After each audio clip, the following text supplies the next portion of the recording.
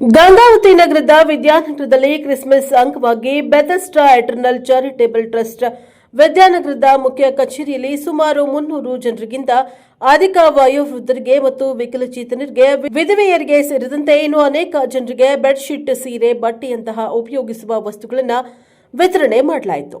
ವಿತರಣೆ ಕಾರ್ಯಕ್ರಮಕ್ಕೆ ಮುಖ್ಯ ಅತಿಥಿಗಳಾಗಿ ಕೊಳ್ಳ ಈಶ್ವರ ಪ್ರಸಾದ್ ಹೈಕೋರ್ಟ್ ವಕೀಲರು ಹೈದರಾಬಾದ್ ರವರು ಭಾಗವಹಿಸಿದರು. ಕಾರ್ಯಕ್ರಮದ ಉದ್ಘಾಟನೆಯನ್ನ ವೀರಯ್ಯ ಸ್ವಾಮಿ ಹೆಡ್ ಮಾಸ್ಟರ್ ಪೋದುಟೂರು ಭಾಗವಹಿಸಿದರು. ಅತಿಥಿಯಾಗಿ ತೊಟ್ಟ ಆನಂದ ಹೊಸಪೇಟೆ, ಆರ್ಡಿ ರಾಜು ಹೊಸಪೇಟೆ ಭಾಗವಹಿಸಿದರು. ಸಾನ್ನಿಧ್ಯವನ್ನ ಟ್ರಸ್ಟ್ನ ಮುಖ್ಯಸ್ಥರಾದ ಜೀವಪ್ರಕಾಶ್ ವಲ್ಲಿ ಮತ್ತು ವಿ ಜ್ಯೋತಿ ಸತೀಶ್ ವಿ ಲೀಡಿಯಾ ವಹಿಸಿದ್ರು. ಟ್ರಸ್ಟ್ನ ಮುಖ್ಯಸ್ಥ ಜೀವಪ್ರಕಾಶ್ ವಲ್ಲಿ ಮಾತನಾಡಿ, ಕಳೆದ 23 ವರ್ಷಗಳಿಂದ ಬಡವರಿಗೆ, ವಯೋವೃದ್ಧರಿಗೆ, ವಿಕಲಚೇತನರಿಗೆ, ವಿಧವೆಯರಿಗೆ ಬಟ್ಟೆಗಳನ್ನು ಮತ್ತು ಬೆಡ್ಶೀಟ್ಗಳನ್ನು ವಿತರಣೆ ಮಾಡುತ್ತಾ ಬಂದಿದ್ದೇವೆ.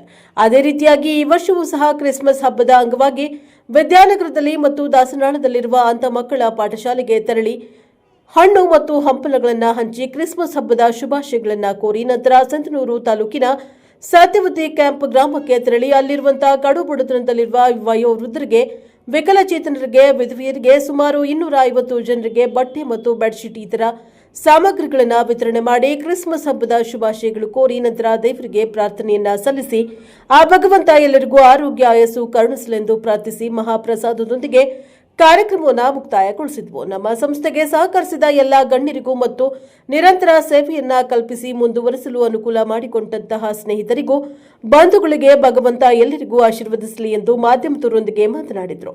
ಈ ಸಂದರ್ಭದಲ್ಲಿ ಗುಂಟೂರು ವಂದನಂ, ಗೆದ್ದಲೂರು ಬಾಲಯ್ಯ ಸ್ವಾಮಿ, ಪೋದಟೂರು ಜಗನ್ಮೋಹನ್, ಗುಂಟೂರು ರವಿ, ಮಂಜುನಾಥ್, ವಿದ್ಯಾನಗರ ಸೇರಿದಂತೆ ವಿದ್ಯಾನಗರದ ಮತ್ತು ದಾಸನಾಳ ಶಾಲೆಯ ಮುಖ್ಯೋಪಾಧ್ಯಾಯರು, ಶಿಕ್ಷಕರು ಸೇರಿದಂತೆ ಹಿರಿಯರು, ಮುಖಂಡರು ಭಾಗವಹಿಸಿದ್ರು. ಬ್ಯೂರೋ ರಿಪೋರ್ಟ್ ಶರಣಪ್ಪ, ಪ್ರಜಾಪವ TV, Gangavathi. Bureau report Sharanappa, NKS TV 4 Gangavathi. ಜಿಲ್ಲೆಗಳಲ್ಲಿ ನಾವು ಹಂಗೆ ರಾಯಚೂರು ಜಿಲ್ಲೆ, ಈ 4 ಜಿಲ್ಲೆಗಳಲ್ಲಿ ನಾನು ಮೊದಲಿನಿಂದ ಸುಮಾರು ವರ್ಷದಿಂದ ನಾನಿಲ್ಲೇ ಸೇವೆ ಮಾಡುತ್ತಾ ಬರ್ತಾ ಇದ್ದೀವಿ. ಈಗ 23ನೇ ವಾರ್ಷಿಕ ವಾಸ್ತವ ಭಾಳ ಚೆನ್ನಾಗಿ ಈ ಕಾರ್ಯಕ್ರಮವನ್ನು ನಾವು ನಡೆಸ್ಕೊಂಡಿದ್ವಿ. ಆ ಭಗವಂತನು ಒಳ್ಳೆಯ ಸಹಾಯ ಆದ್ರೆ ಈ ಒಂದು ನಮ್ಮ ಕರ್ನಾಟಕದ ಜನರು, ಹಾಗೆ ಆಂಧ್ರ, ತೆಲಂಗಾಣ, ಕೆಲವರು ನನ್ನ ಫ್ರೆಂಡ್ಸು ಸರ್ಕಲ್ನಲ್ಲೇ ನನ್ನ ಸ್ನೇಹಿತರ ಮುಖಾಂತರವಾಗಿ ಕೆಲವರು ನನಗೆ ಸಪೋರ್ಟಾಗಿ ಸೇವೆಗೆ ನಿಂತಾರ. ಮುಂದಿನ ದಿವಸಗಳು ಕೂಡ ಈ ಗ್ರೀನ್ ಪ್ರಾಜೆಕ್ಟ್ ಉದ್ದೇಶ ಏನಂದ್ರೆ, ಸುಮಾರು ಒಂದು 100 ಎಕರೆಯಲ್ಲಿ ನಾವು ಇಂತಹ ಶ್ರೇಷ್ಠವಾದ ಪ್ರೋಟೀನ್ ಅಂತ ಒಂದು ಆರ್ಗ್ಯಾನಿಕ್ ಫುಡ್ಡು ಅಂದ್ರೆ ನಾವು ಸಿರಿಧಾನ್ಯಗಳನ್ನು ಬೆಳೆಸಿ ಅದು ಡ್ರೈ ಫುಡ್ ಥರ ನಾವು ರೆಡಿ ಮಾಡಿದ್ರೆ ಯಾವಾಗ ಆಗಲಿ ನಾವು ಅದನ್ನು ಊಟ ಮಾಡ್ಬೋದು. ಡ್ರೈ ಫುಡ್ ಥರ ನಾವು ಅದನ್ನು ತಯಾರು ಮಾಡಬೇಕು. ಆ ಆಹಾರ ಸುಮಾರು 1 kg ನಾವು ಮಾರ್ಕೆಟ್ನಲ್ಲಿ ಕೇಳಿದಾಗ 800ರಿಂದ 900ವರೆಗೆ 1 kg ಆ ಒಂದು ಕಾಸ್ಟ್ ಐತೆ. ಅಂಥದ್ದು ಕೂಡ ನಾವು ಬಡ ಜನರಿಗೆ, ಹಾಗೆ ಪ್ರೆಗ್ನೆಂಟ್ ಆಗಿರುವ ಒಂದು ಕೆಲವರು ಸ್ತ್ರೀಯರಿಗೆ ಒಳ್ಳೆಯ ಪ್ರೋಟೀನ್ ಸಿಗುವಂಥ ಆಹಾರವನ್ನು ಉತ್ಪಾದನೆ ಮಾಡೋಕೆ, ಆಮೇಲೆ ಅವ್ರಿಗೆ ನಾವು ಸರಬರಾಜು ಮಾಡೋಕೆ ಅಂದರೆ ಹಂಚುವ ಸಲುವಾಗಿ ನಾವು ಆ ಒಂದು ಪ್ರಾಜೆಕ್ಟ್ ವಿಷಯದಲ್ಲಿ ಕೂಡ ಭಾಳ ಕಷ್ಟಪಡ್ತಾ ಇದ್ದೀವಿ.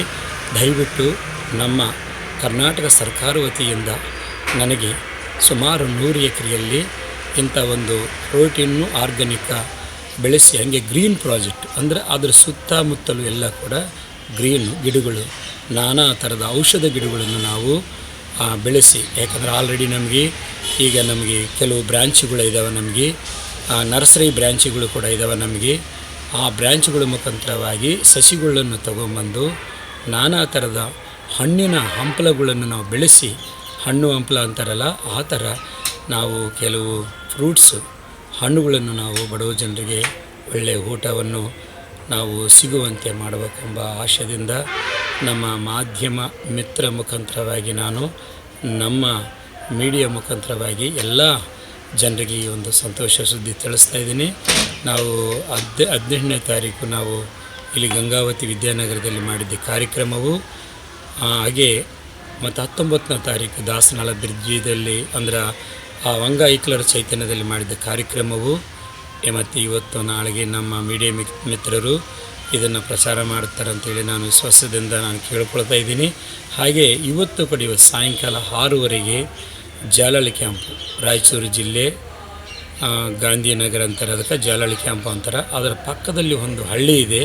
ಆ ಹಳ್ಳಿಯಲ್ಲಿ ನಾವು ಈಗ ಅಲ್ಲಿಗೆ ಹೋಗ್ತಾ ಇದ್ದೀವಿ. ಅಲ್ಲಿ ಕೂಡ ಈ ಕಾರ್ಯಕ್ರಮ ಇವತ್ತು ಕೂಡ ಅಲ್ಲಿ ಕೆಲವು ಬೆಡ್ ಶೀಟ್ಗಳು, ಹಾಗೆ ಕೆಲವು ಸ್ಯಾರೀಸ್ಗಳನ್ನು ನಾವು ಅಲ್ಲಿರುವ ಬಡವರಿಗೆ ಕೊಟ್ಟು ಬರ್ಬೇಕಂತೇಳಿ ಆಲ್ರೆಡಿ ಸರ್ವೆ ನಡೆದೈತಿ.